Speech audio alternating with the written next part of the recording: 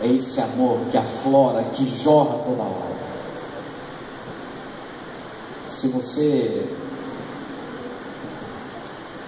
não conhece esse Cristo, permita ser conhecido. Se você quer fazer um simples gesto, ao a gente cantar essa canção, levante-se.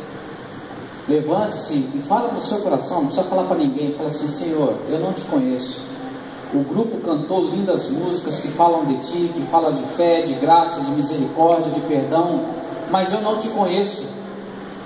O grupo falou que esse Jesus é um Jesus de amor, um Jesus que dá paz.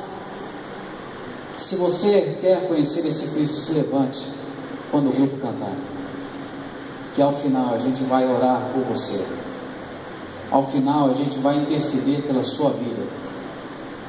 E ao final você vai já receber de Deus essa porção do amor que Ele vai te dar. Que Deus possa te abençoar.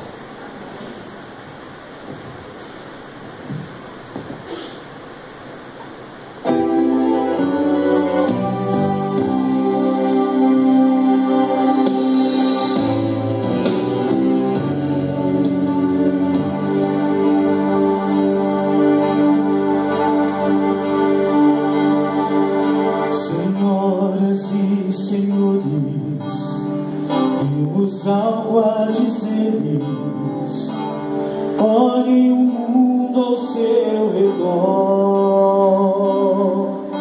nações em conflitos, onde guerras e dor, fome, miséria e desolação. Está você atento à história deste mundo?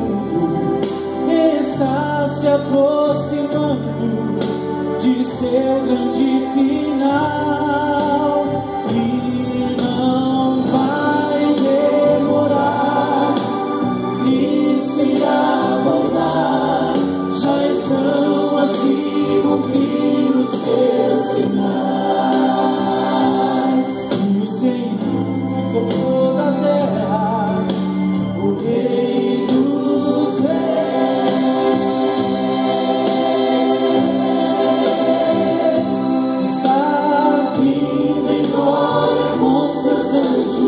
Todo homem então verá o Rei.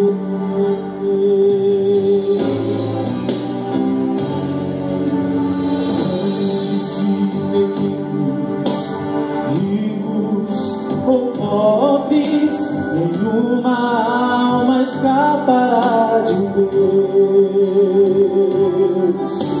E todo ser humano diante dele estará, e a cada um ele julgará.